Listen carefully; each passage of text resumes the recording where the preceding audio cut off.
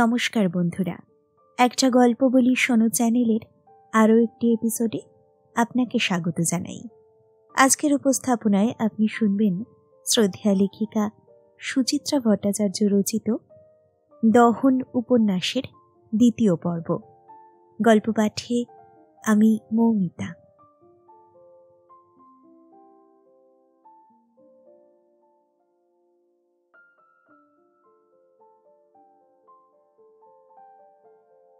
Aunty, ফুল মা তোমাকে দিতে বলেছে। ফুটফুটে একরত্তি মেয়েটার ছোট্ট ছোট্ট হাতে গোলাপের তোড়া, তাকে ঘিরে এক ঝাঁক প্রজাপতি। আন্টি, তুমি বুঝি গুন্ডাদের খুব মেরেছ? তুমি বুঝি ক্যারাটে জানো আন্টি? কুমফু? তোমার কাছে স্টেন গান ছিল না? AK-46? ভিলেনদের গুলি করে মেরে দিতে হয়, ঢ্যা ঢ্যা ঢ্যা ঢ্যা করে। কিচ্ছু ভেবো না আন্টি, বড় হলে পাজি লোকেদের আমি বটি বটি কেটে ফেলব। খুশিতে ঝিনুকের চোখে জল এসে যাচ্ছিল প্রায়। কোনো রকমে ধরা ধরা গলায় বলল, থ্যাংক ইউ, থ্যাংক ইউ। এবার তোমরা যে যার জায়গায় গিয়ে বসো। তাজা সকালের নতুন রোদ্দুর জানলা দিয়ে উকি দিচ্ছে ক্লাসরুমে। নবীন আলোর উত্তাপে দীপ্ত চতুর্দিক। ঝিনুকের মধ্যেও নতুন করে উত্তাপ সঞ্চারিত হচ্ছিল। গত দুদিন ধরে এই উত্তাপে বারবার সম্পৃক্ত হয়েছে সে। এক সন্ধ্যার সাহসী প্রতিবাদ, থানার উত্তেজিত কিছু মুহূর্ত, পরের দিন কাগজে কাগজে ছোট্ট খবর। বিক্রমশিলা মহাবিহারের তরুণী শিক্ষিকা শ্রবণা সরকার জীবন বিপন্ন করে সম্মান রক্ষা করলেন রমিতা চৌধুরী নামের জনৈকা গৃহবধূর। সেই দুপুরেই বাড়িতে সংবাদপত্রের রিপোর্টার। গতকাল কাগজে কাগজে ছবিসহ তার বীরত্বের রোমহর্ষক বিবরণ। সম্পাদকীয়তে উচ্ছ্বসিত প্রশংসা। পাড়া প্রতিবেশী, আত্মীয় স্বজন, বন্ধুবান্ধবদের অজস্র অভিনন্দন। পরপর এত সব দ্রুত ঘটে যাওয়া ঘটনা ঝিনুককে এক আত্মতৃপ্তির ঘোরে ডুবিয়ে দিচ্ছে বারবার। শ্রবণা সরকার এখন রাতারাতি একটা নাম, একটা তারকা, একটা আদর্শ। এত খুশি কোথায় রাখে ঝিনুক? অথচ এত কিছু যে হয়ে যাবে ঝিনুক কি ভুলেও ভাবতে পেরেছিল? দিনটা তো ছিল অন্য যে কোনো দিনের মতোই, নির্দিষ্ট একটা তারে বাঁধা। সকালে স্কুল, স্কুল থেকে ফেরা, দুপুরে একটু ঘুম, ছোটখাটো কাজ, বিকেলে সন্ধে বন্ধুদের সঙ্গে আড্ডা, ক্ষণিক বিষাদ, ক্ষণিক ভালো লাগা। সবই তো অভ্যস্ত দিনযাপনের ছকের ভিতরে মাপে মাপে কাটা। চকিত কালবৈশাখীতে সেই ছক ওলট পালট। আজকাল খবরের কাগজ খুললে প্রায়ই এই ধরনের খবর চোখে পড়ে। গৃহবধূ হত্যা, গণধর্ষণ, নারী নির্যাতন, শ্লীলতাহানি।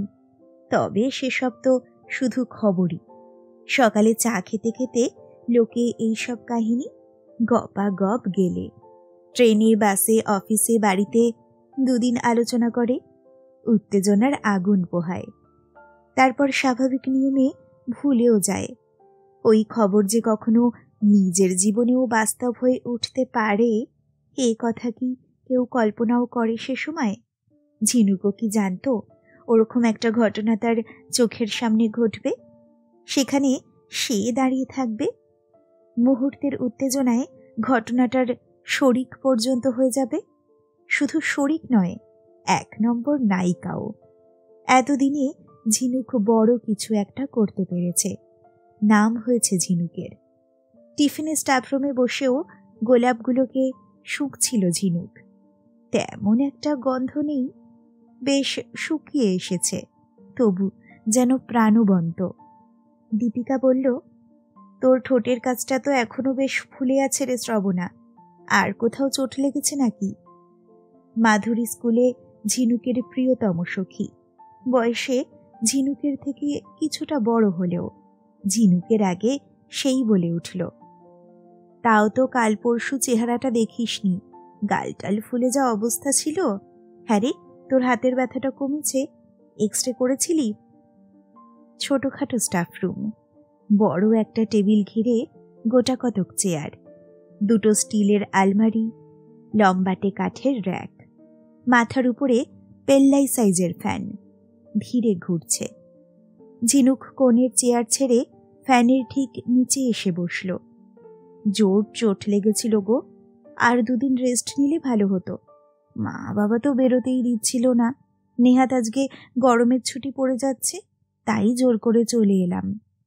রমা টেবিলের একধারে বসে বাচ্চাদের জন্য ছুটির লেসন প্ল্যান তৈরি করছিল। গীতালির মতো সেও একসময় ঝিনুককে ছোট ক্লাসে পড়িয়েছে। মমতা মাখা গলায় সে বলে উঠল, ভগবান রক্ষা করেছেন, অতগুলো গুন্ডার সঙ্গে একা লড়াই করা কি 4টিখানি কথা?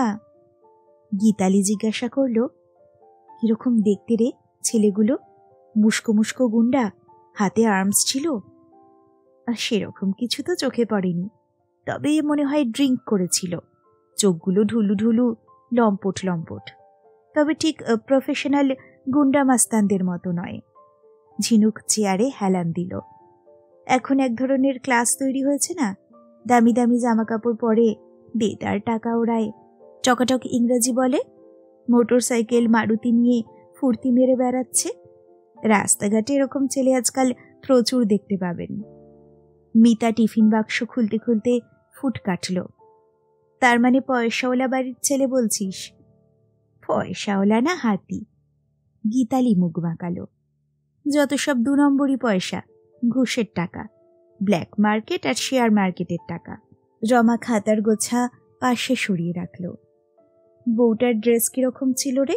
সভ্যভব্য না প্রভোকেটিং? শাড়ি ব্লাউজ? ঝিনুক হাত উল্টালো। ব্লাউজটার বুক পেট একটু বেশি কাটা ছিল ঠিকই, তা আমার তো তেমন বেখাপ্পা লাগেনি। তাই বল, এ কথা তো কাগজের লোকেদের বলিসনি। লেখা এক টুকরো আপেল মুখে পুরল। ঝড় বৃষ্টির রাত, ওরকম একটা ফাটাফাটি সুন্দরী, তার আবার ব্লাউজে লো কাট, মুনি ঋষিদেরই মতিভ্রম হতে পারে। এ তুমি কি বললে লেখাদি? দীপিকার সঙ্গে সঙ্গে প্রতিবাদ করে উঠেছে। তাহলে তো সমুদ্রের ধারে বিকিনি পরা মেয়ে দেখলে সব পুরুষকেই ঝাঁপিয়ে পড়তে হয়। শিক্ষা সভ্যতার আর দরকার কি? জঙ্গলে থাকলেই হয়। পুরুষদের শিক্ষা সভ্যতার কথা আর বলিস না রে ভাই। লেখা গলা চড়ালো। 1 বছরও হয়নি লেখার ডিভোর্স হয়েছে। তার 46 বছরের বর 14 বছর তার সঙ্গে ঘর করেও এদিক ওদিক মেয়েদের সঙ্গে খুচরো প্রেম করে বেড়াতো। তাই নিয়েই মারপিট, চেঁচামেচি, ঝগড়া, শেষ পর্যন্ত বিচ্ছেদ। ছোট ছোট 2টো মেয়ে নিয়ে লেখা এখন একা। উঁচু গলায় সে বলল, পুরুষ মানুষ হলো হামলানো টাইপের, ওদের ঢিট করার জন্য শ্রবণাতের মতো মেয়েই দরকার। লেখার থেকে মিতা আরও কট্টর পুরুষ বিদ্বেষী। তার গায়ের রং মিশমিশে কালো। দেখতেও সে খুব একটা সুশ্রী নয়। বহুবার পাত্রপক্ষের সামনে নাজেহাল হতে হয়েছে তাকে। দেখতে দেখতে বয়সও বেড়েছে, বিয়ের সম্ভাবনা তার আর নেই বললেই চলে। সে হিসিয়ে উঠল। পুরুষ মানুষ হলো কুত্তার জাত, তফাৎ শুধু এইটুকুই, ওদের 12 মাসই ভাদ্র মাস। সকলে হেসে উঠতে যাচ্ছিল।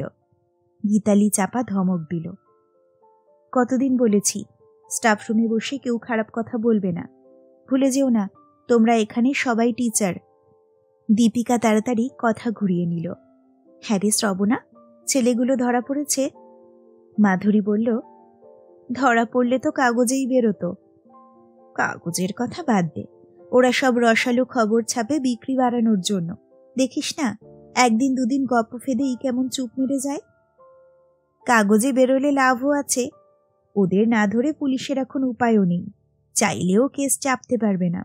তাই না রে শ্রবণা? আমারও কাজ বাড়বে। ঝিনুক কাঁধ ঝাঁকালো, আমাকেও হয়তো থানায় গিয়ে আইডেন্টিফাই করতে হবে। রমা উদ্বিগ্ন স্বরে বলল, তোর ভয় করবে না? আবার ওই গুন্ডা বদমাইশগুলোর সামনে যাবি? ঝিনুক হাতে মাছি তাড়ানোর ভঙ্গি করল, না না আন্টি, ওরা আর কিছু করতে পারবে না, ধরলে পুলিশ ওদের এমন মাখন করে দেবে। মাধুরী বলল, দেখ পুলিশ কবে ধরে, সেদিন যে ডায়েরি নিয়েছে এই কত ভাগ্যি। না রে মাধুরীদি, ওসিটা ভালো লোক, আমাদের দেখেই সঙ্গে সঙ্গে বসতে বলে সব কথা মন দিয়ে শুনল। নিজেই বলল, ভাববেন না, একটা মোটর সাইকেল যখন পড়ে আছে ও বাছাধনদের আর ট্যাফও করতে হবে না। আমি এক্ষুনি লোক পাঠাচ্ছি, মোটর সাইকেল থানায় নিয়ে চলে আসবে। আমার কলেজের এক বন্ধু আছে সুলগ্না, ওর মামা লালবাজারে আছে। ও বলছিল লালবাজারেও নাকি সাড়া পড়ে গেছে। পুলিশ কমিশনার নিজে থানায় খবর নিচ্ছেন। খবর নেওয়াই সার, দুদিন তো কেটে গেল, মূর্তিমানরা কোথায়? আমার মনে হয় ডিউটি অফিসারটা কিছু প্যাঁচ করছে, সেদিনই এমন বাঁকা বাঁকা প্রশ্ন করছিল। রঞ্জনার জুলাইতে বিয়ে, সে এতক্ষণ দূরে বসে শুনছিল আলোচনাটা। হঠাৎ সে কৌতূহলী হয়ে উঠল। কিরকম কিরকম প্রশ্ন? ঝিনুক একবার আর চোখে গীতালিকে দেখে নিয়ে নিচু গলায় বলল, সত্যি শ্লীলতাহানি হয়েছে কিনা, না শ্লীলতাহানির চেষ্টা করেছে, কোনো চিহ্ন টিহ্ন আছে? বলতে বলতে আরও নামালো গলাটা। কোথায় কোথায় হাত দিয়েছিল, তেমন কোনো জায়গায় ইনজুরি হয়ে থাকলে এখনই মেডিকেল টেস্ট করাতে হবে। মিতা বলল, জানি পুলিশটা ওই রকম অসভ্য হয়, সবসময় ওদের জিভ লক লক করে, পারলে ওরা কথা দিয়েই ধর্ষণ করে নেবে। আর কাজের বেলায় সব নিহারবানু, গুন্ডাই হোক আর পুলিশই হোক, আসলে ব্যাটা ছেলে তো। সবসময়ই মিতার এই ধরনের কথা ঝিনুকের ভালো লাগে না। প্রশ্নগুলো ভালো ছিল না ঠিকই, কিন্তু কি করা যাবে, কিছু রুটিন প্রশ্ন তো পুলিশকে করতেই হয়। আবার মিতার কথাও পুরোপুরি উড়িয়ে দেওয়া যায় না, নইলে অত খুঁটিয়ে সব জেনে নেওয়ার পরও এখনো ছেলেগুলো ছাড়া থাকে কি করে? গীতালি দরজার পাশের বেসিনে টিফিন কৌটো ধুচ্ছিল, বলল, আমার এখনো কেমন অবাক লাগছে ভাবতে। আমাদের সেই শ্রবণা ক্লাসে এসে ভীতু ভীতু মুখে বসে থাকতো, চোখ পাকিয়ে তাকালেই ঠোঁট ফুলিয়ে কান্না। সেই একবার কি একটা দুষ্টুমি করেছিল, প্রণতিদি আটকে রেখেছিল দারোয়ানের ঘরে। ও মা, দরজা খুলে দেখি সে কি দশা মেয়ের, চোখ জবা ফুলের মতো লাল, হিঁচকি তুলছে। সেই মেয়ে এখন গুন্ডা পেটাচ্ছে, গটগট করে থানায় যাচ্ছে, টকাটক রিপোর্টারদের কথার জবাব দিচ্ছে। সত্যি। রমাও উঠে এসে থুথনি নেড়ে দিল ঝিনুকের। আমার তো বাবা থানার নাম শুনলেই হাঁটু কাঁপতে শুরু করে। ঝিনুকের রোয়া ফুলে উঠল। এক কালবৈশাখী ঝড়ে তার আত্মবিশ্বাস 100 গুণ বেড়ে গেছে। কথাবার্তা হাঁটা চলায় এখন তার রাজহংসীর ভাব। স্কুলে যে কোনো বড় ছুটি পড়ার আগে সুনিতার ঘরে সমস্ত শিক্ষিকাদের নিয়ে একটা ছোট্ট মিলন উৎসব হয়। মর্নিংয়ের প্রাইমারি বাড়ির আলাদা উৎসব, দুপুরের হাই স্কুলের জন্যে আলাদা। এতে নাকি টিচারদের সঙ্গে স্কুলের আত্মিক বন্ধন তৈরি হয়। টিচাররা অবশ্য ঠাট্টা করে আড়ালে বলে লাড্ডু পার্টি। স্কুল প্রতিষ্ঠার সময় থেকেই এই উৎসবে লাড্ডু চানাচুর ছাড়া আর কিছু খাওয়ানো হয় না। এবারও তার ব্যতিক্রম হলো না। শুধু নতুন সংযোজন সুনিতার ভাষণ।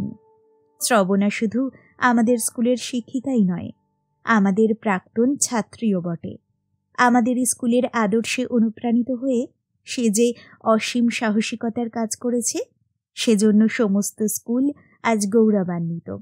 মিস্টার সেনগুপ্ত বলেছেন, গরমের ছুটির পরে এক বিশেষ অনুষ্ঠানে শ্রবণাকে স্কুলের পক্ষ থেকে সংবর্ধিত করা হবে। সেই অনুষ্ঠানে মর্নিং ডে দুটো সেকশনেরই ছাত্রছাত্রী, শিক্ষক শিক্ষিকারা উপস্থিত থাকবে। মিস্টার সেনগুপ্ত তাই চান। অন্যদিন হলে ঝিনুক মুখ টেপে হাসত একটু, আজ অহংকার মাখা লজ্জায় বিভোর। ফিসফিস করে বলল, দেখেছিস মাধুরীদি আন্টির কাণ্ড? মাধুরী ঝিনুককে চিমটি কাটল। মানপত্রটা তুই রাখিস, উপহারটা আমায় দিস, যদি অবশ্য লাড্ডু ছাড়া আর কিছু দেয়। ঝিনুক হাওয়ায় ভাসতে ভাসতে স্কুল থেকে বেরোলো। স্কুলের গেটে 4-5টা শিশু শুকনো মুখে বসে। ওর মধ্যে 2-3টে বাচ্চাকে ঝিনুক হাড়ে হাড়ে চেনে। ভয় ডর বলে কোনো বস্তু ওদের অভিধানে নেই। একমাত্র ওই নিরীহ বুড়ো দারোয়ান জীবনদাকে একটু সমঝে চলে ওরা, হয়তোবা খাকি উর্দিটার জন্যই। মাধুরী বলল, ঘড়িটা দেখেছিস? 12টা 40। এখনো মায়েদের টিকি নেই। যতক্ষণ ওরা বাড়িতে না থাকে ততক্ষণই বাড়িতে শান্তি। বড় হলে যে কি হবে এক একজন। তোর গুন্ডাগুলোর মতো হবে বলছিস? হতেও পারে, বিচিত্র কি, ওই ছেলেগুলোও নিশ্চয়ই এরকমই কোনো স্কুলে পড়েছে। ওরা সেদিন যে গান গাইছিল, এ বাচ্চাগুলো তো এখনই সেই গান গায়। পেট থেকে পড়তে না পড়তেই এদেরও যেরকম রক্তের মধ্যে রিভলভার বন্দুক ঢুকে পড়েছে। ঝিনুক অন্যমনস্ক হলো। ভাবতেই খুব ভয় করে রে মাধুরীদি, আমাদের ছেলে মেয়ে যে কিরকম হবে।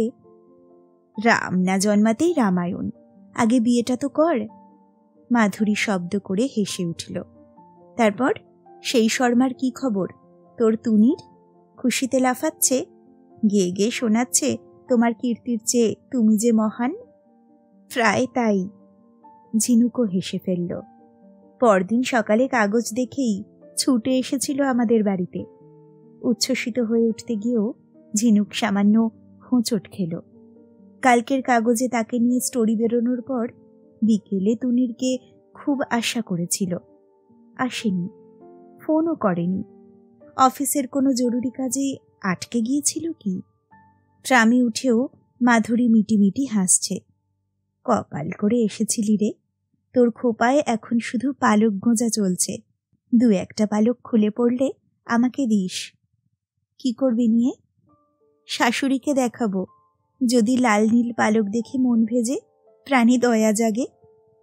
ইস, সেধে সেধে শাশুড়ির চামচাবাজি করিস, আবার ইনিয়ে বিনিয়ে কান্না হচ্ছে। কি করি বল, বুড়ো মানুষের সংস্কার। মাধুরী উদাস হল।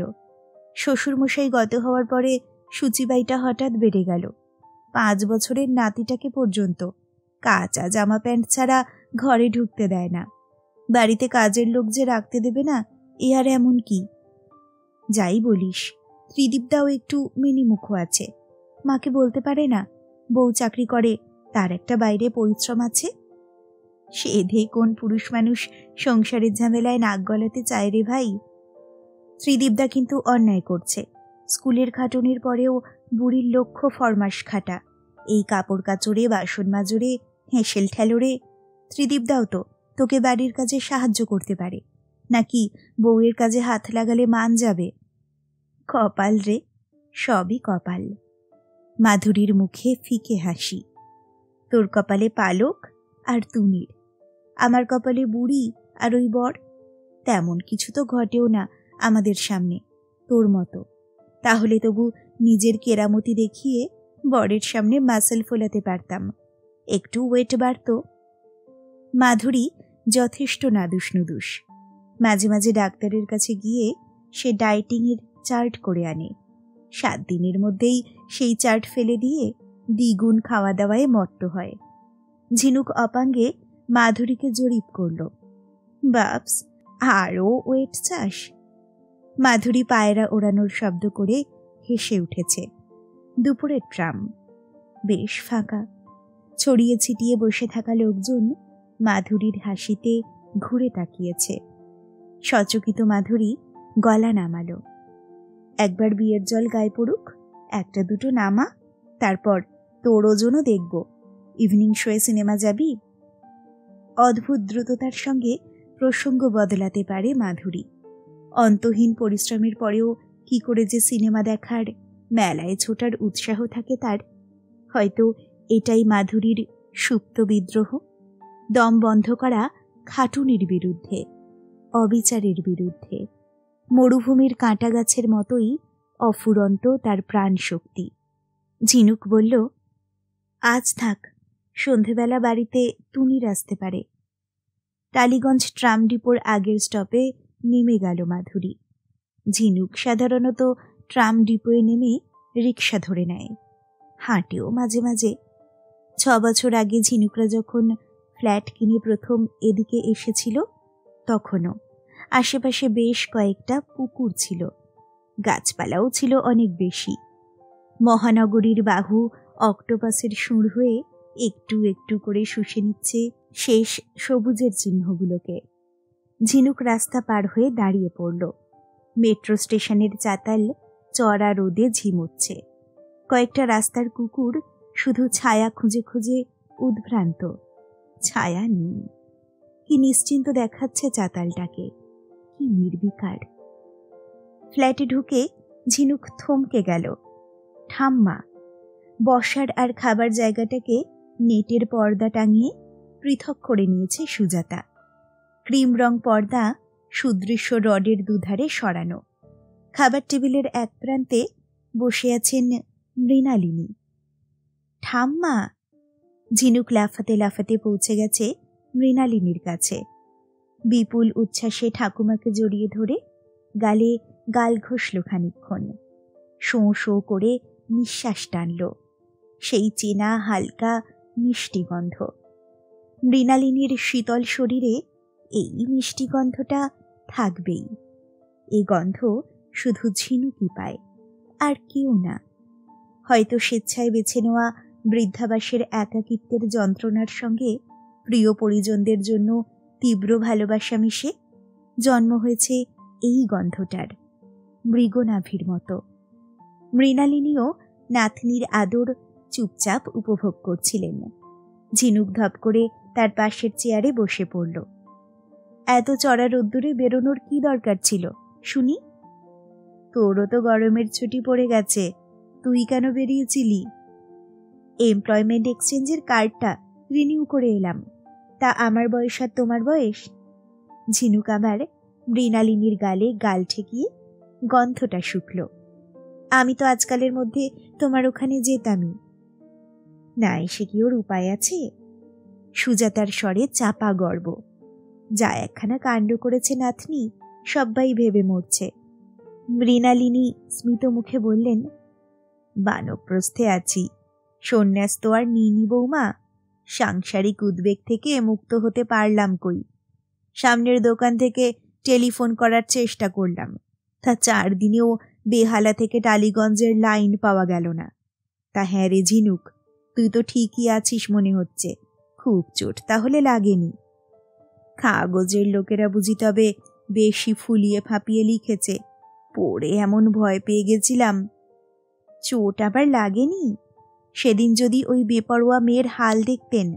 ডান গালে এই বড় টোবলা হয়ে ফুলে আছে, মুখময় রক্ত, ডান হাত নাড়াতে পারছে না, ওড়না ছিঁড়ে কুটিপাটি, গা ভর্তি জ্যাবজ্যাবে কাদা, চুল খুলে রাক্ষসীর মতো।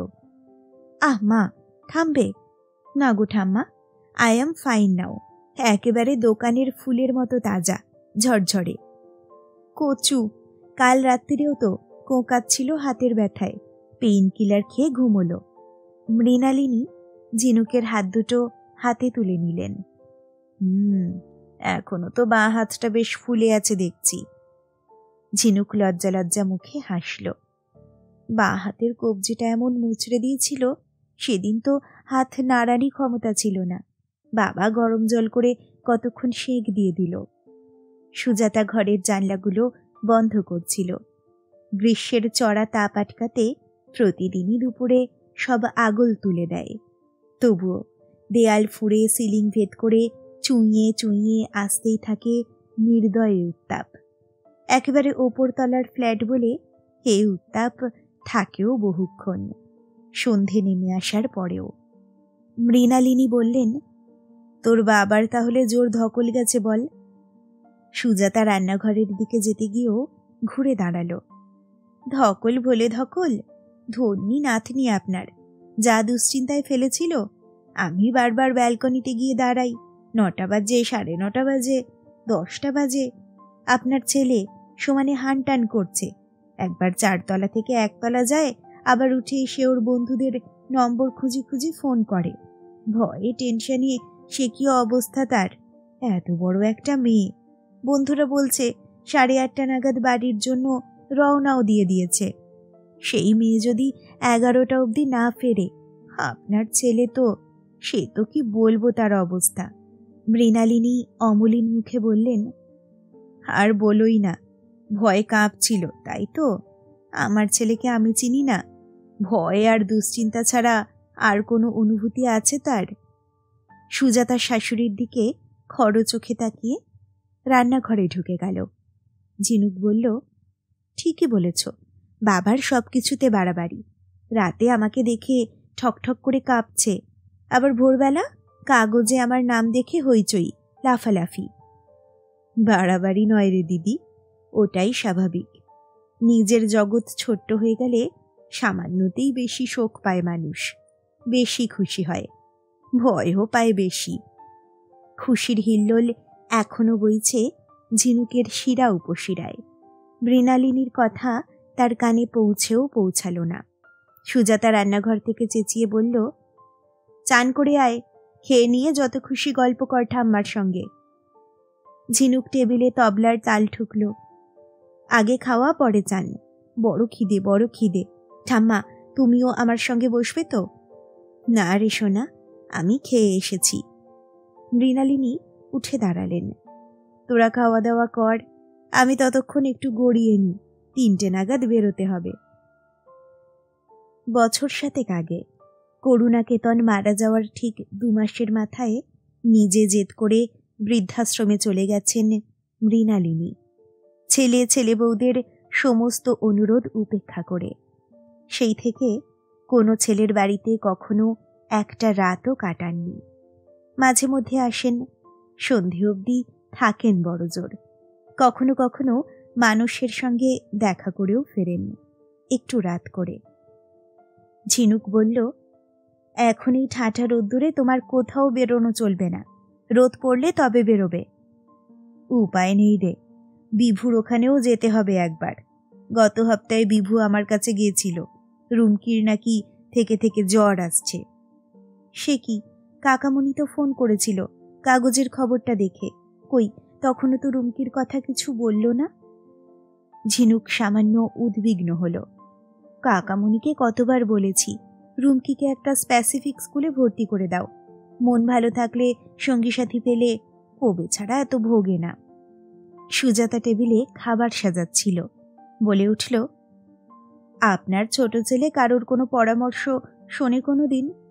আপনার বড় ছেলেও তো কত বুঝিয়েছে, ঠিক মতো ট্রিটমেন্ট হলে হয়তো লেখাপড়াও কিছু শিখত মেয়েটা।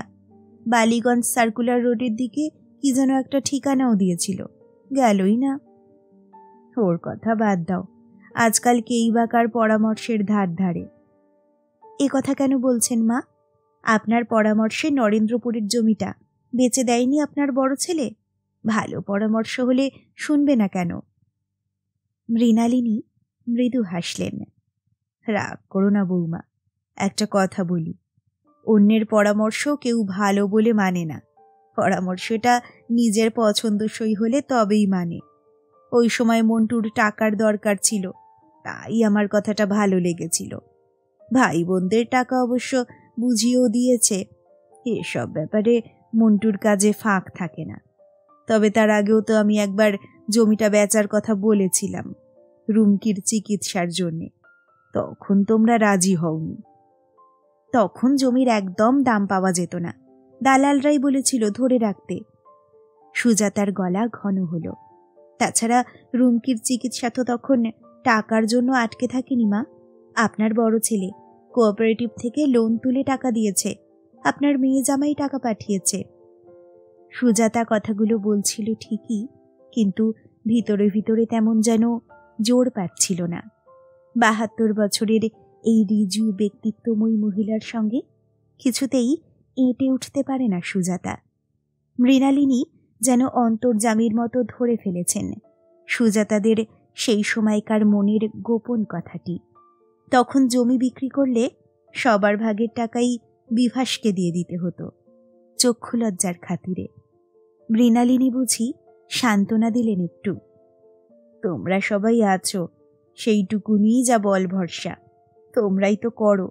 বিভুটা তো উঞ্চবৃত্তি করেই জীবন কাটিয়ে দিল, রোজগার পাতির দিকে মন নেই, সংসার নিয়ে ভাবনা নেই।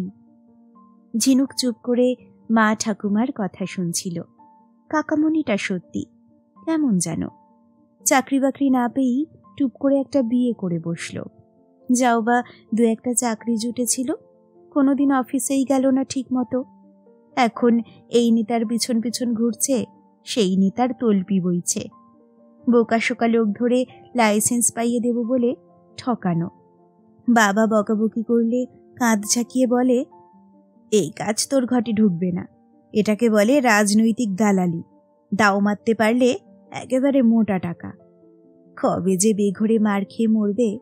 মাঝখান থেকে কাকিমা বেচারির কি হিমশিম অবস্থা, ঘরে বসে 24 ঘন্টা সেলাই মেশিন চালিয়ে যাচ্ছে। ঘরের হাওয়া সামান্য ভারী যেন। সুজাতা করুণ মুখে বলল, রুমকিটার জন্যই কষ্ট হয় সব থেকে বেশি। 12 বছরেই কি বড়সড় চেহারা হয়ে গেছে, মনটাই বাড়ল না। দেখি পারলে আজকালের মধ্যেই আমি ও বাড়ি ঘুরে আসব। আগে আপনার বাহাদুর নাতনির ঝামেলাটা একটু সামলে নিই। মৃণালিনী ঝিনুক ছোটনের ঘরের দরজা থেকে ফিরে বললেন, বারবার ওকে বেপরোয়া বাহাদুর বলছো কেন বৌমা? কি এমন সাংঘাতিক বাহাদুরির কাজ করেছে ঝিনুক? শেষ পাতের ভাতটুকু মাখতে গিয়ে ঝিনুকের হাত থেমে গেল। সুজাতার চোখ কপালে।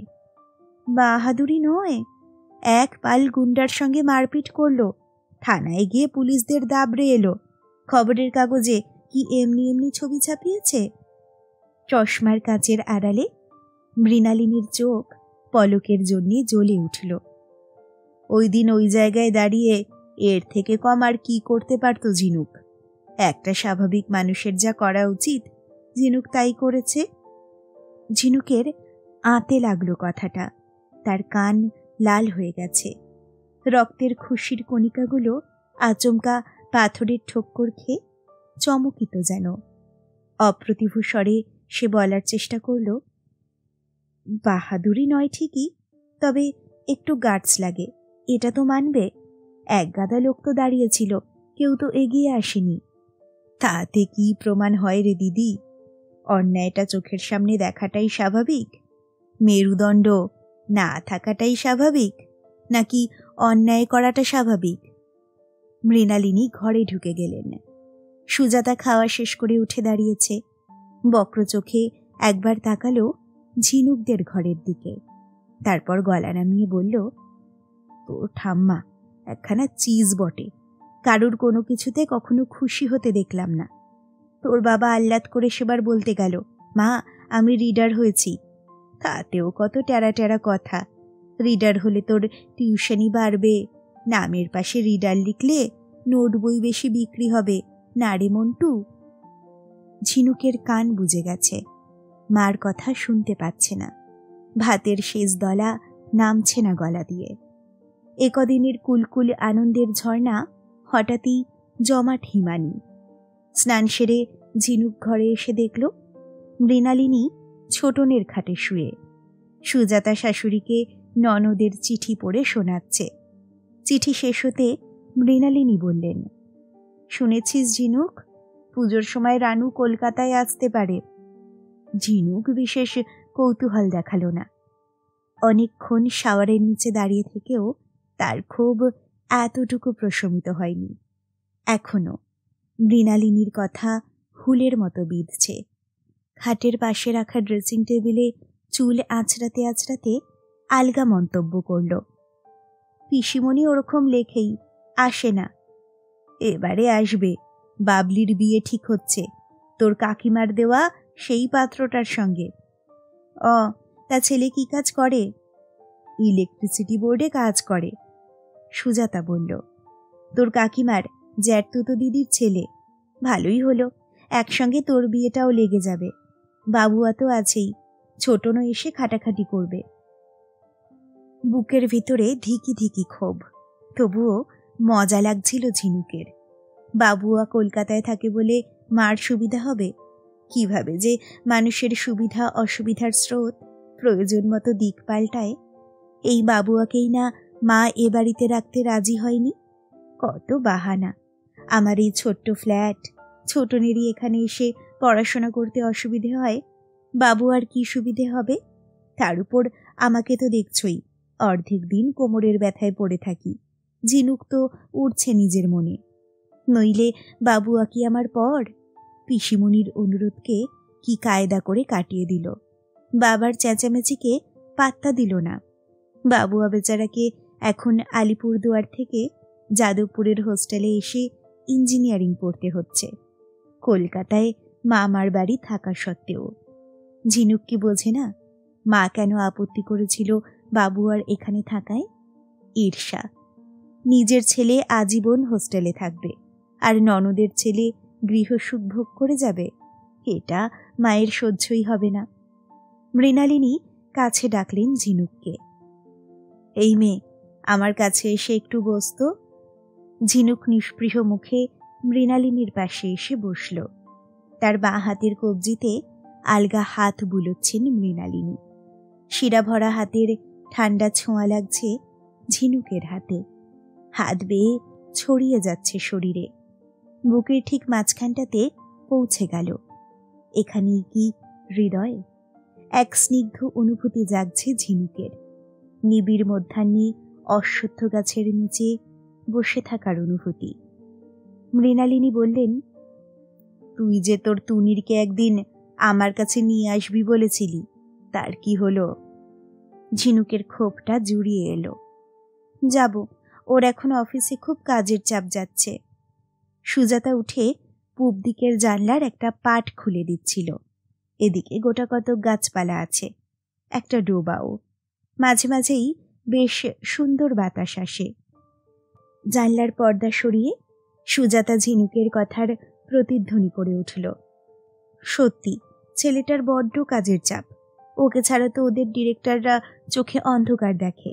এ বাড়িতেই বেশি আসতে পারে না, অন্য কোথাও যাওয়ার সময় কোথায়? তুনিরকে নিয়েও ঠাকুমার সঙ্গে মায়ের মৃদু রেশারেশিতে মজা পেল ঝিনুক। মৃণালিনী ঝিনুকের কবজিতে চাপ দিলেন সামান্য। ঝিনুক আ আ করে উঠল। ঝিনুকের মুখভঙ্গি দেখে হাসছেন মৃণালিনী। খুব ব্যথা এখনো? তা হ্যাঁ রে, সেই মেয়েটার খোঁজ নিয়েছিলি? ঝিনুক আড়ষ্ট হয়ে গেল। সত্যি তো, এই কদিনে ওই মেয়েটার কথা সেভাবে একবারও মনে পড়েনি কেন? চোখ বন্ধ করে ঝিনুক কালবৈশাখীর মুহূর্তটাকে মনে করার চেষ্টা করল। কিছুতেই মনঃসংযোগ করতে পারছে না। মেয়েটার চূড়ান্ত অপমান, ছেলে চারটের কুৎসিত আচরণ, জমে থাকা ভিড়ের নিরুত্তাপ মনোভাব ছাপিয়ে কাগজে ছাপা নিজের মুখের ছবিটা বারবার চলে আসছে চোখের সামনে। অথবা গোলাপ হাতে শিশু, থানা রিপোর্টার, বন্ধু বান্ধব, আত্মীয় স্বজনদের সপ্রশংস দৃষ্টি। আশ্চর্য, রমিতা নেই। ঝিনুক নিজের মনে বিড়বিড় করে উঠল, না, খবর নেওয়া হয়নি। কেন মনে পড়ল না খবর নেওয়ার কথা? মৃণালিনী ঝিনুকের হাত ছেড়ে দিলেন। খুব অন্যায়। মেয়েটার ওরকম অবস্থার পরে শুধু নিজেকে নিয়ে ব্যস্ত রইলি? তোর চোট তো কদিনেই সেরে যাবে। মেয়েটার কথা ভাব। লজ্জা ঘেন্নায় মেয়েটার কি অবস্থা হয়েছে কে জানে। মুহূর্তে ঝিনুক উঠে দাঁড়িয়েছে। কি যেন ঠিকানা ছিল মেয়েটার, কি যেন। হ্যাঁ, মনে পড়েছে, 23 বি, গল্ফ ক্লাব অ্যাভিনিউ। মেয়েটার শ্বশুরবাড়িতে কি টেলিফোন আছে? দ্রুত পায়ে বসার ঘরে গেল ঝিনুক। ঝড়ের গতিতে টেলিফোন ডিরেক্টরির পাতা উল্টাচ্ছে। Chowdhury Chowdhury Chowdhury, golf club road, golf club avenue. এই তো রয়েছে একটা, Chowdhury Samarendra Narayan, 23 B, golf club. মেয়েটার শ্বশুরের নাম কি হতে পারে? ঝিনুক ডায়াল ব্যাটন টিপে রিসিভার কানে চাপল। বাজছে। বেশ খানিকক্ষণ পরে এক মহিলার কণ্ঠস্বর। হ্যালো, এ বাড়িতে কি রমিতা চৌধুরী থাকে? হ্যাঁ, আপনি কে বলছেন? মহিলার গলা একটু জড়ানো। ঘুম থেকে উঠে এসেছে মনে হয়। ঝিনুক পরিচয় দিল। আমি শ্রবণা সরকার, রমিতার সঙ্গে একটু কথা বলতে পারি? ও প্রান্ত থমকেছে কয়েক সেকেন্ড, তারপর স্পষ্ট হলো, আমি রমিতার শাশুড়ি। রমিতার সঙ্গে কি দরকার? না, মানে এর মধ্যে খবর নিতে পারিনি। রমিতা ভালো আছে তো? না, ভালো নেই। ডাক্তার ওকে বিছানা থেকে উঠতে বারণ করেছে। ডাক্তার কেন? কি হয়েছে ওর? বললাম তো, অসুস্থ। ওর সঙ্গে এখন কথা বলা যাবে না। ঠিক আছে ঠিক আছে, ডাকতে হবে না। আমি বরং বিকেলে ওকে দেখতে যাব। আপনাদের বাড়ির ডিরেকশনটা যদি কাইন্ডলি বলেন। কোনো প্রয়োজন নেই। মহিলার স্বর আচমকা রূঢ়। তুমি এলে ওর টেনশন হতে পারে। ফোনটা কট করে কেটে গেল। দরজায় একটা শব্দ হতেই শিউরে উঠল রমিতা। হাতের ম্যাগাজিনটা খসে পড়ে গেছে। সাংঘাতিক গতিতে চলতে শুরু করেছে হৃৎপিণ্ড। আজকাল যে কোনো সামান্য শব্দেও এরকম চমকে ওঠে রমিতা। কনকনে এক শীতল অনুভূতি তার মেরুদণ্ড কাঁপিয়ে দেয়। দাঁতে দাঁত লাগতে চায়। বোবায় ধরে রমিতাকে। হঠাৎ কখনো কখনো রাত্রে ঘুম ছিঁড়ে গেলে নিজের বুকের লাবডুবে নিজেই কাঠ রমিতা। মুখ থেকে কণ্ঠা, কণ্ঠা থেকে বুক, পেট, কোমর, পা বেয়ে তখন ওঠানামা করতে থাকে শত সহস্র অদৃশ্য মাকড়সা। রমিতা মরিয়া হয়ে ঘুমন্ত পলাশকে ডাকার চেষ্টা করে।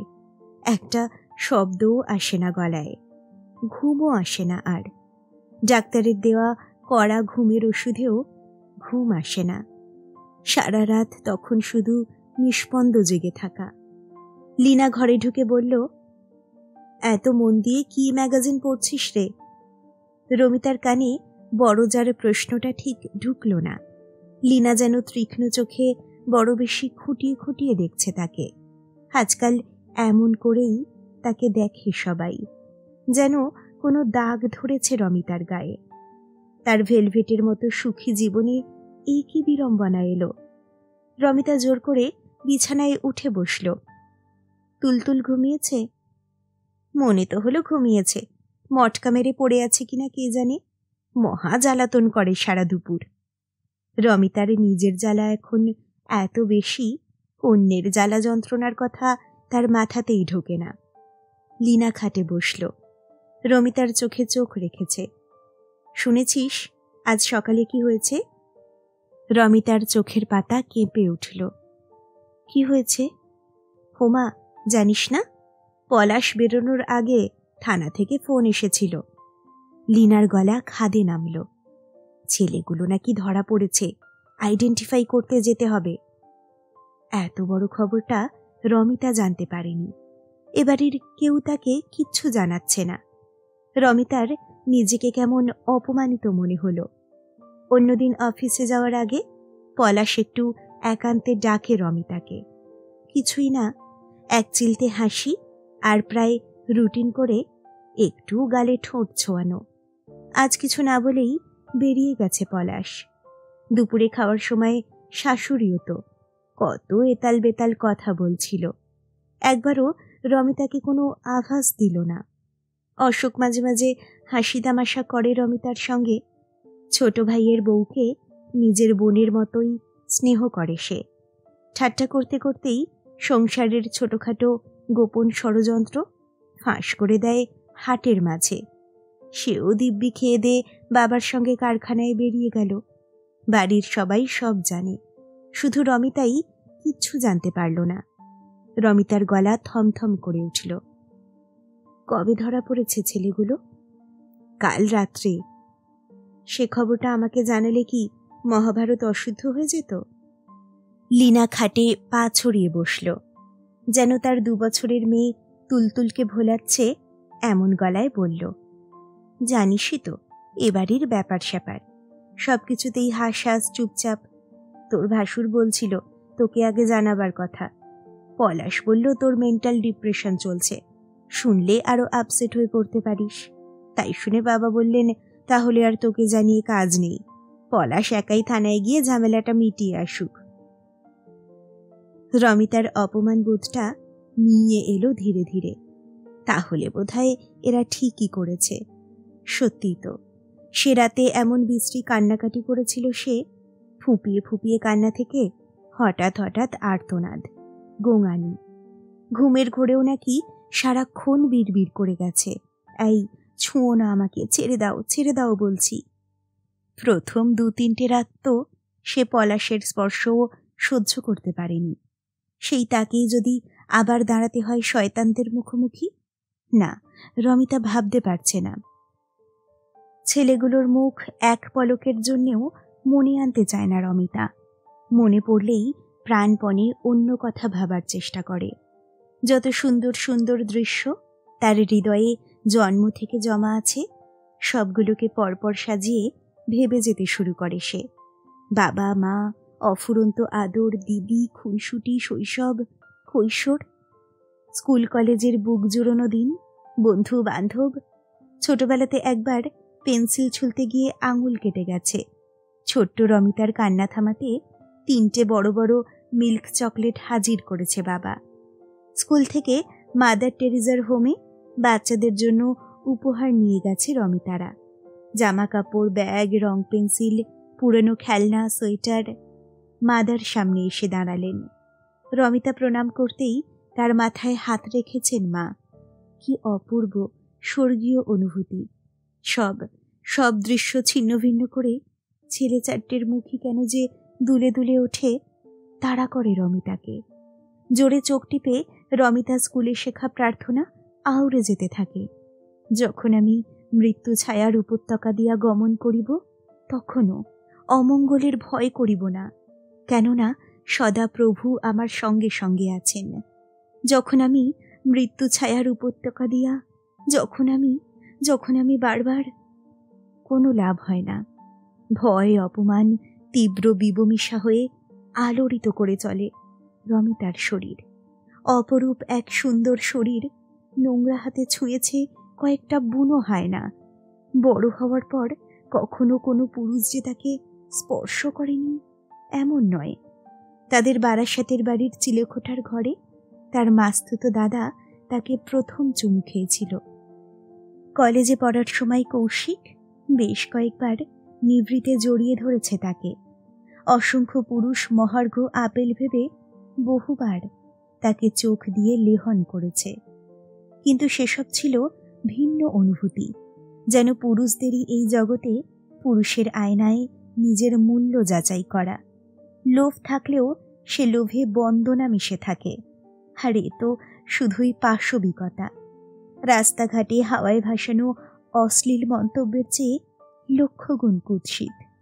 ট্রামে বাসের ভিড়ে অভব্য পুরুষের নোংরা ছোঁয়ার চেয়েও কোটিগুণ নির্মম। লীনা বলল, কি এত ভাবিস বলতো দিনরাত? যা হওয়ার তা তো হয়েই গেছে, তোর তো আর কোনো ক্ষতি করতে পারেনি ওরা। রমিতা নিজের মনেই বলে উঠল, ক্ষতি করতে পারেনি বলছ? পারেনি তো, ভুলে যাও সব কথা। লীনা রমিতার কাঁধে হাত রাখল। বেঁচে গেছিস তো? যদি তুলে নিয়ে চলে যেত? কিছু যখন হয়নি, তবে কেন মা খালি বলছেন মেয়ে মানুষের গায়ে একটা দাগ পড়লেই মৃত্যু পর্যন্ত সে খুঁতো হয়ে যায়? বনি দিবাড়ির ব্যাপার তো, এদের কথার ধারাই ওরকম। কেন, মা তো বেশ মডার্ন, চলনি বলনি, পোশাকে আশাকে। জানি না রে ভাই, মডার্ন কাকে বলে।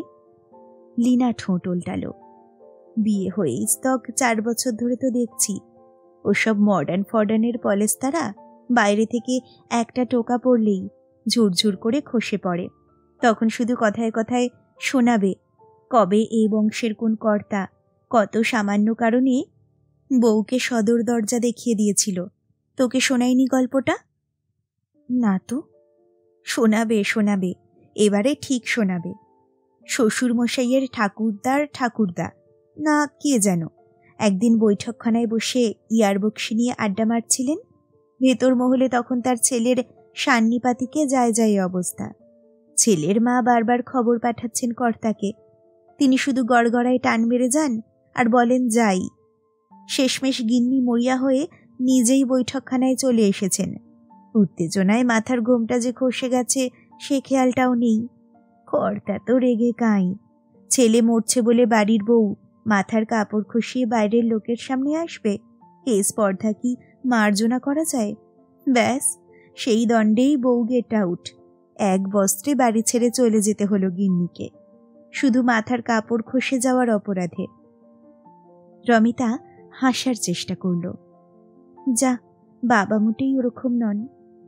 আমি কি বলেছি বাবা ওরকম? এ বাড়ির কোনো ছেলেই ওরকম নয়।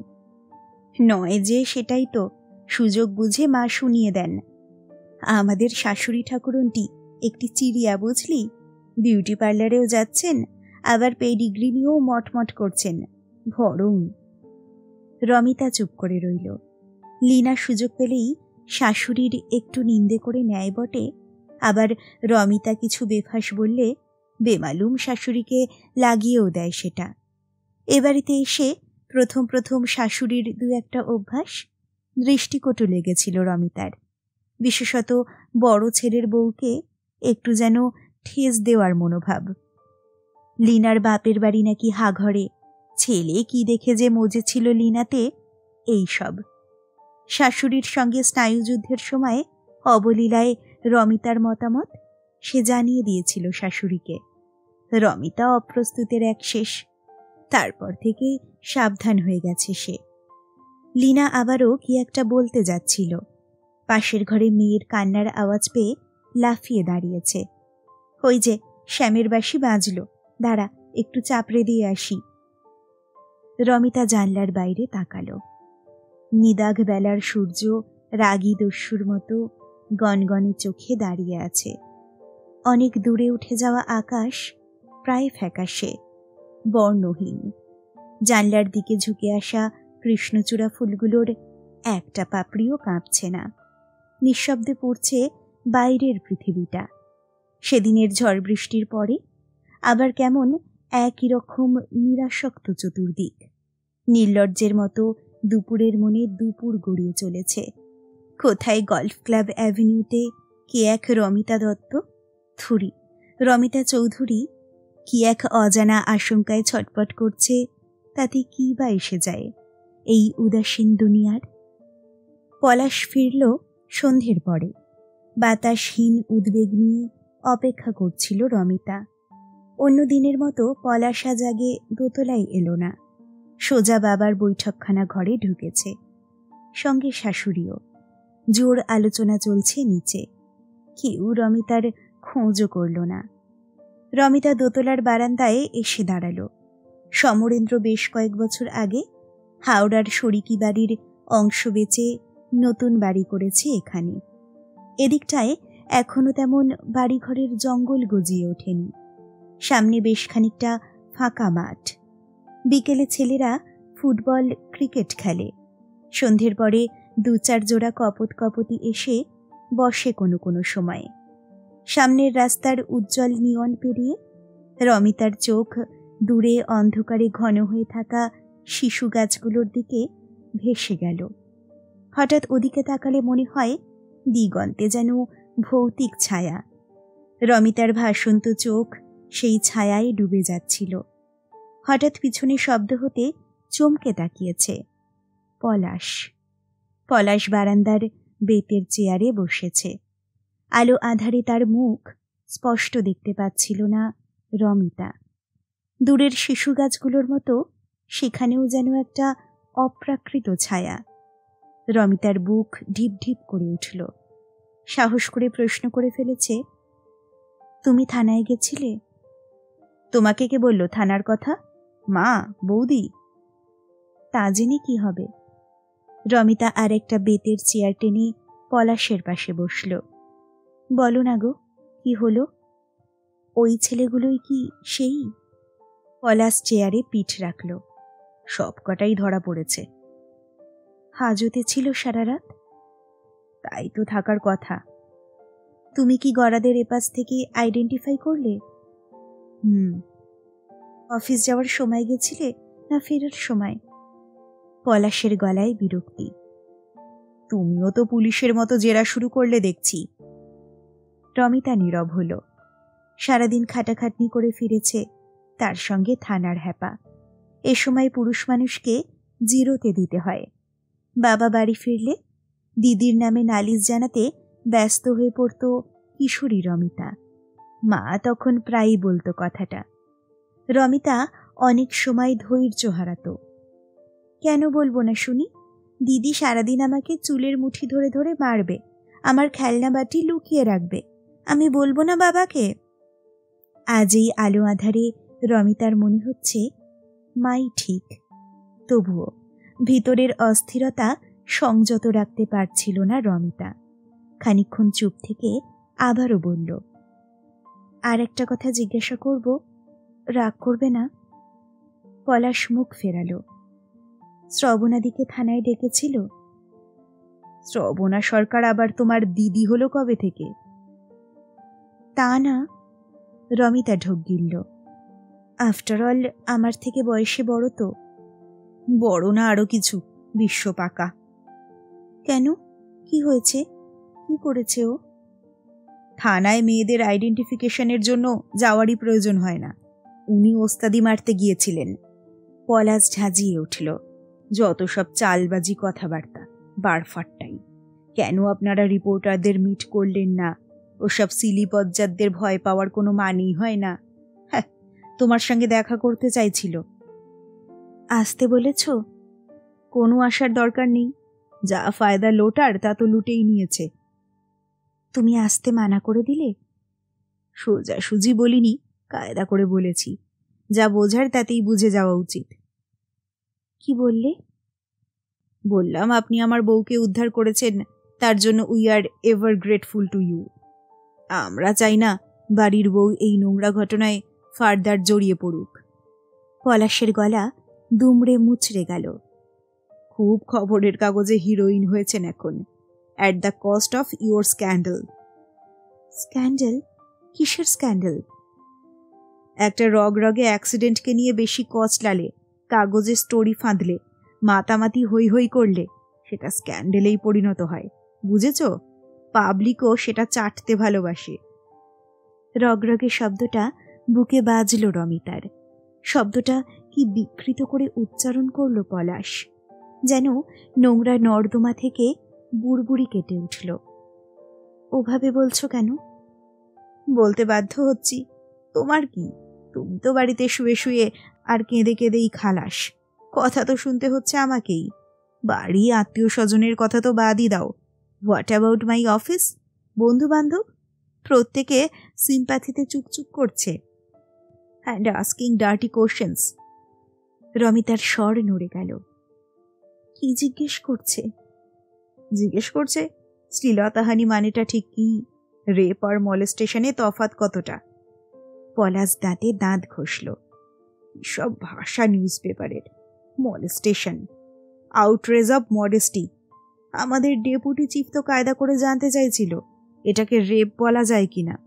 অ্যাজ ইফ রেপের খবরটা চেপে আমিই মলেস্টেশন লিখিয়েছি। তুমি কড়া করে শুনিয়ে দিতে পারলে না? না, পারলাম না। বউকে রেপ করেছে না মলেস্ট করেছে, করলে কতখানি করেছে, তাই নিয়ে অফিসে ঝগড়া করা যায় না। কোনো সেন্সিবল হাজবেন্ড তা করতে পারে না। রনিতার কান ঝাঁঝা করে উঠল। 7 দিন ধরে মনে এত উষ্মা পুষে রেখেছে পলাশ, অথচ সর্বক্ষণ প্রায় শান্ত কোমল ব্যবহার করে গেছে রমিতার সঙ্গে। দায়িত্বশীল স্বামীর মতো বটগাছ হয়ে ছায়া দিতে চেয়েছে তাকে। একই বিছানায় পাশাপাশি শুয়েও রমিতা পলাশের বুকের গড়গড় আওয়াজটা শুনতে পায়নি। অপরাধী না হয়েও একটা অপরাধ বোধ ছুঁয়ে যাচ্ছে রমিতাকে। এই প্রথম, ঘটনার 7 দিন পরে। পলাশ কোনো কথা বলছে না, 2 হাতে চুল খামচাচ্ছে নিজের। রমিতা পলাশের হাতে হাত রাখল। প্লিজ, তুমি মনটাকে ছোট করো না। মনটা কি ময়দার তাল যে ইচ্ছে মতো মাপে কেটে নেব? পলাশ টান টান। লোকে আরো কি বলছে শুনবে? জিজ্ঞেস করছে ছেলেগুলোর সঙ্গে তোমার আগে পরিচয় ছিল কিনা। খর গ্রীষ্মেও কুয়াশা নামল রমিতার চোখে। তার মানে তোমার বিয়ের আগে ওই ছেলেগুলোর সঙ্গে অ্যাফেয়ার ছিল কিনা। আরও তো অনেক মেয়ে ছিল ওখানে, তোমাকেই কেন টার্গেট করলো ওরা? ওই শ্রবণাটাকে কেন টার্গেট করেনি? দীর্ঘ সময় পরে একটা এলোমেলো বাতাস উঠেছে। বাতাসটা বেশ কিছুক্ষণ বারান্দায় খেলা করে শান্ত হল। রমিতার গলা ঘড়ঘড় করে উঠল।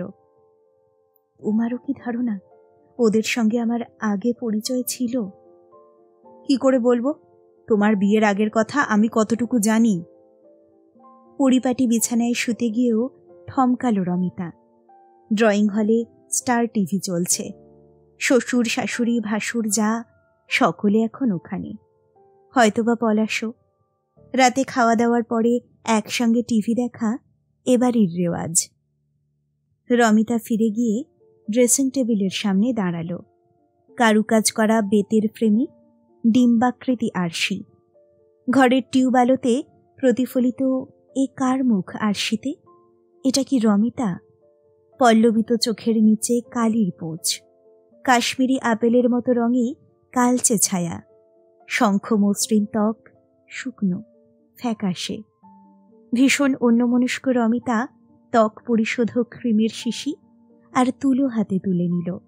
বাড়ি থেকে কদিন এক পাও বেরোয়নি, তবু রুমকূপে এত ময়লা। সাদা তুলো দেখতে দেখতে কালো। মুখ পরিষ্কার করে রমিতা আবার বিছানায় ফিরল। বিয়েতে পাওয়া লো ইংলিশ খাটের মাথার কাছে ছোট্ট বক্স খুলে একটা কাগজ বার করল সন্তর্পণে। কয়েকদিন আগের পুরনো খবরের কাগজ। প্রথম পাতার নিচের দিকে শ্রবণা সরকারের ঝকঝকে হাসি মুখ। ছবির মুখটাকে চোখের খুব কাছে এনে দেখছিল রমিতা। সময় পেলেই দেখে। তেমন রূপসী না হলেও মেয়েটা যথেষ্ট লাবণ্যময়ী, নরম সরম। এই মেয়ে কি করে সেদিন লড়ে গেল গুন্ডাদের সঙ্গে? চোটও তো যা কিছু লাগবার লেগেছে মেয়েটারই। রমিতা ছবিটাতে হাত বোলাতে গিয়ে সচকিত হল। দ্রুত কাগজটা পুরে দিল বক্সে। পলাশ আসছে। পলাশ ঘরের দরজা বন্ধ করে সিগারেট ধরালো একটা, আর চোখে রমিতাকে দেখল। রমিতা কোনো কথা বলল না। বালিশ দেওয়ালের দিকে টেনে পাশ ফিরে শুয়ে পড়ল। নিজেরই বুকের ধকধক শব্দে কেঁপে উঠছে সে। না তাকিয়েও টের পাচ্ছে। পলাশ পুরো সিগারেটটা খেল না। দু এক টানের পরে নিভিয়ে দিয়ে বিছানায় বসেছে। হঠাৎই ঝুঁকে পড়ে পিছন থেকে রমিতাকে জড়িয়ে ধরল। আই এম সরি রমু, আমি কিছু মিন করে কথাটা বলিনি তখন, রাগের মাথায় হঠাৎ বেরিয়ে গেছে। রমিতা শরীর শক্ত করে ফেলল। দুরন্ত অভিমানে দাঁত দিয়ে কামড়ে ধরেছে নিচের ঠোঁট। পলাশ এক টানে তাকে কাছে টেনে নিল। রমিতার চোখ ভিজে গেল। ঝাঁপিয়ে পড়ে পলাশের বুকে মুখ গুজেছে সে। ফুপিয়ে ফুপিয়ে বলল, তোমরা সকলে মিলে আমাকে দায়ী করছো কেন? আমি কি জানি? পলাশ বেড সুইচ টিপে ঘরের উজ্জ্বল আলোটাকে নেভালো। কয়েক পল অন্ধকারের পরে নাইট ল্যাম্পের মৃদু নীলচে আলোয় সুরভিত গোটা ঘর। পলাশ রমিতার ঘন চুলে আঙুল ডোবালো। কি করব বলো? মা ভট করে বলে বসল, আমরা তো জামা কাপড়, সিনেমা থিয়েটার, শপিং কোনো ব্যাপারেই রমিতার স্বাধীনতায় হাত দিই না। সেই মেয়ের কি উচিত ছিল না থানায় রিপোর্ট লেখাতে যাওয়ার আগে একবার আমাদের কথা ভাবা? আমি কত করে মাকে বোঝালাম, ওই মেয়েটাই জোর করে আমাদের টেনে নিয়ে গিয়েছিল। মা বিশ্বাসই করে না। মাও হেল্পলেস। ঘাড়ের উপরে মহিলা সমিতির পান্ডারা এসে নিঃশ্বাস ফেলছে। একবার গ্রিন সিগন্যাল পেলেই সব হাল্লা মাচাতে শুরু করে দেবে। থানার সামনে গিয়ে গাঁক গাঁক করে চেঁচাবে, জঘন্য জঘন্য পোস্টারিং করবে। নিউজওয়ালারাও আবার জুস পেয়ে যাবে। অসহ্য। মা অবশ্য মেজমাসিকে দিয়ে ম্যানেজ করে ফেলেছে সমিতিওয়ালিদের। ওদের নয় চেপে দেওয়া গেল, বাকিরা? এই তো ফুল কাকিমা এসে সেদিন চান্স পেয়ে তোমার পিঠ কাটা চলির কথাও শুনিয়ে দিয়ে গেল। বাবা আরও ক্ষেপে আগুন হয়েছে কেন জানো? তোমার ছেঁড়া ব্লাউজটাকে থানায় ডিপোজিট করে আসার জন্য। আমি কি করব? ওরা তো বলল সেটাই নিয়ম। পলাশ রমিতাকে ছেড়ে দু হাতের চেটোয় মাথা রেখেছে। চোখ বন্ধ করে শুল। বলল আর তুমিও অমনি শুরুত করে ওসির কোয়ার্টারে গিয়ে তার মেয়ের ব্লাউজ পরে চলে এলে। বাড়ির বউয়ের একটা প্রেস্টিজ জ্ঞান থাকবে না? রমিতা চোখ মুছল। তুমি তো ছিলে, তুমি বারণ করলে না কেন? আমার তখন মাথা ঠিক ছিল না। তাছাড়া ওই পজিশনে একটা অচেনা মেয়ের সামনে আমি তোমার ব্লাউজ নিয়ে কথা বলবো? আড়ালে ডেকে বলতে পারতে। কাকে বলবো? তুমি তখন সেন্সে ছিলে। সারাক্ষণ ওই মেয়েটার গায়ে এঁটুলির মতো। এবার কোর্টে উকিলরা ওই ব্লাউজ নিয়ে নাড়াবে, বুঝেছ? Exhibit number 1। রমিতা দমে গেল। খোলা জানলা দিয়ে একটা তরল অন্ধকার গুঁড়ি মেরে ঢুকছে ভিতরে। পলাশ কুনুইয়ে ভর রেখে রমিতার দিকে ফিরল। আজ থানায় যা ইনসাল্টেড হয়েছি তুমি কল্পনাও করতে পারবে না। যে 4টে ছেলে ধরা পড়েছে তাদের মধ্যে একটাই গুন্ডা ক্লাসের, বাকি 3জন ভদ্র বাড়ির, ওয়েল অফ ফ্যামিলির। তাদের বাড়ির লোকেরাও থানায় এসে বসেছিল। তাদের সামনে আইডেন্টিফাই করা। পিওর বস্তি ক্লাসের গুন্ডা বদমাশ হলে তাও কুকুর বেড়াল ভেবে উপেক্ষা করা যায়। এ যেন নিজেরাই নিজেদের চেনাচ্ছি। কপালে ঘাড়ে গলায় বিন্দু বিন্দু ঘাম জমছিল রমিতার। মাথার উপরের পাখাটা যেন তেমন জোরে ঘুরছে না। রমিতা অস্ফুটে বলল, তুমি কি বলছো? আমি ঠিক বুঝতে পারছি না। পলাশ নিজেকে শান্ত রাখতে চেয়েও উত্তেজিত বারবার। অনেক কথাই তুমি বুঝতে পারো না রমু। বুঝতে পারো না তোমার নার্ভাস ব্রেকডাউন দেখলে তোমার বাড়ির লোক কিভাবে রিয়্যাক্ট করতে পারে। তোমাকে দেখতে এসে তোমার বাবা যেভাবে আমার দিকে তাকাচ্ছিলেন, অ্যাজ ইফ আমি তার মেয়েকে প্রোটেকশন দেওয়ার যোগ্য নই। রমিতা ক্ষীণ আপত্তি জানালো। মোটেই বাবা মা তোমাকে কিছু বলেনি? তাদের মনের অবস্থা? পলাশ উল্টো দিকে ফিরল। সব কথা বলতে হয় না, চোখ মুখ দেখেও অনেক কথা পড়ে নেওয়া যায়। রমিতার রাগটা ফিরে আসছিল। এই 7 দিনে তুমি একবারও তো এসব কথা বলনি। আজ এত কথা উঠছে কেন? নতুন করে থানায় যেতে হলো বলে? ঘরও তাই। ভদ্রলোকের ছেলেদের রোজ রোজ থানায় যেতে ভালো লাগে না। পুলিশের কাছে বারবার স্টেটমেন্ট দিতেও না। কারণ থাকলেও না? পলাশ হাত বাড়িয়ে সাইড টেবিল থেকে সিগারেটের প্যাকেট টানল। রমিতা ছোট্ট করে হুল ফোটালো। নাকি থানায় গিয়ে শ্রবণা সরকারের সামনে আনইজি লাগছিল? ভাবতে আঁতে লাগছিল ওই মেয়েটাই তোমার বউকে রক্ষা করেছে, তুমি যা পারোনি। বারুদে সজোরে কাঠি ঠুকে দেশলাই জ্বালালো পলাশ। বাহ, তোমারও দেখছি এখন অনেক বুলি ফুটেছে, সারাক্ষণ ওই ঝাঁসির রানীর ছবি দেখে দেখে। বীরাঙ্গনা, মিনিমাম ফেমিনিন ডিগনিটিটাও নেই। থানায় আবার পুলিশকে উপদেশ দিচ্ছিল কিডন্যাপিং চার্জটাকে ভালোভাবে স্ট্রেস দেওয়ার জন্য। ফেমিনিন ডিগনিটিটা কি জিনিস? নারীর মর্যাদা না নারীত্বের মর্যাদা? চোখের সামনে শ্রবণাকে দেখতে পাচ্ছে রমিতা। উদ্ভ্রান্তের মতো ভারী ব্যাগ ঘুরিয়ে ঘুরিয়ে মারছে এক পাল জন্তুকে। রমিতা আচমকাই ফনা তুলল। ভুল কি বলেছে? কিডন্যাপিংই তো করতে চেয়েছিল ওরা, মোটর সাইকেলে তুলতে চাইনি। পলাশের চোখও সহসা কুটিল। কিডন্যাপিং কেস দিলে তোমার খুব মজা লাগে না? পুরনো আশিকরা তুলে নিয়ে যাচ্ছে।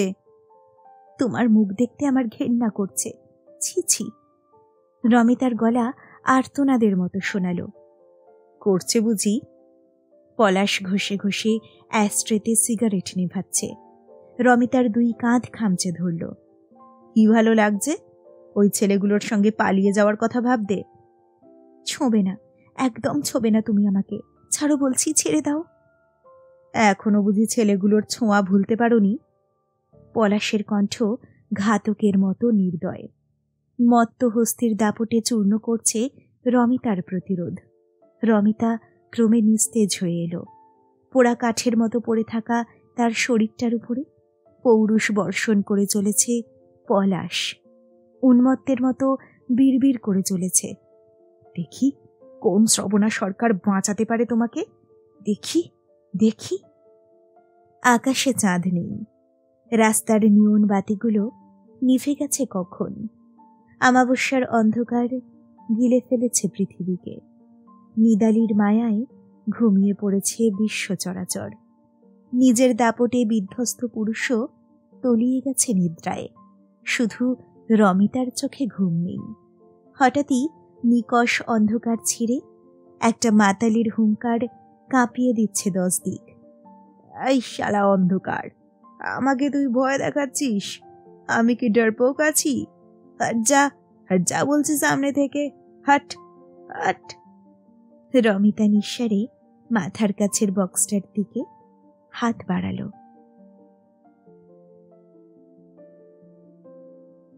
শেষ হলো দহন উপন্যাসটির দ্বিতীয় পর্ব। খুব তাড়াতাড়ি ফিরে আসছি উপন্যাসের তৃতীয় পর্ব নিয়ে। সকলে ভালো থাকুন, সুস্থ থাকুন। নমস্কার।